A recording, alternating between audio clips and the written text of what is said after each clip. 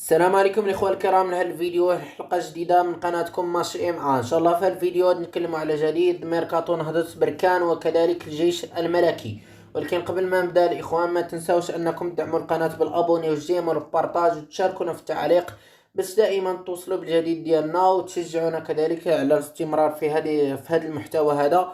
وما نطولش عليكم، يلا نبداو في التفاصيل تاع الحلقه. والبدايه بفريق نهضة بركان لكرة القدم. تعاقد نادي فريق نهضة بركان لكرة القدم الإخوان مع الحارس أنس زنيتي، الحارس الدولي اللي سبق أنه لعب في المنتخب الوطني وكذلك فريق الرجاء ومشى احترف مع فريق الوصل. يعني الحارس أنس زنيتي من الحراس الكبار في الدوري المغربي، وأنا كنسميه من أفضل الحراس في الدوري المغربي. الحارس أنس زنيتي رسميا وقع في الكشوفات تاع فريق النهضة الرياضية البركانية حتى نهاية الموسم. العقد ديالو مع نهضة بركان هو 6 شهور قابلة للتجديد الإخوان. إلا نهضة بركان عجبهم الحارس في هاد 6 شهور هذه اللي غادي يقضيها معاهم، يعني يقدروا أنهم يجدوا معاه العقد كذلك.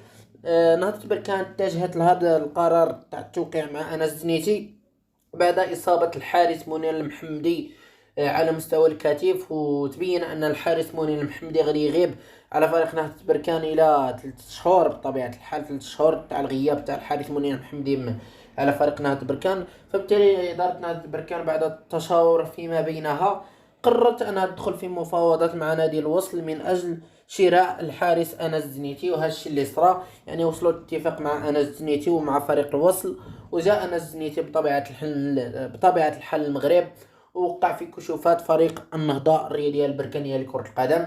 الحارس أنس زنيتي حارس كبير وغادي يعطي إضافة كبيرة لفريق نهضة بركان، وأنا كنسميها صفقة من العيار الثقيل قام بها فريق النهضة الرياضية البركانية لكرة القدم. وبهذه المناسبة خليوني نبارك للجماهير البركانية التعاقد مع الحارس أنس زنيتي. مبروك عليكم الحارس أنس زنيتي، غادي يعطي إضافة كبيرة لفريق النهضة الرياضية البركانية إن شاء الله. فريق الجيش الملكي الإخوان رسميا تمكن أنه يتعاقد مع اللاعب محسن بوريغا. اللاعب اللي راكم تشوفوه الصورة محسن بوريغا رسميا في فريق الجيش الملكي. الفيديوهات كيبينوا أنه لاعب جيد، ولكن أنا كما كنقول لكم دائما الفيديوهات ماشي هي كل شيء، أرضية الميدان هي اللي تبين واش لاعب جيد ولا ماشي لاعب جيد. من يلعب مع الجيش الملكي في أرضية الميدان يعني غادي يبان لنا داك الشيء بوضوح بطبيعة الحال.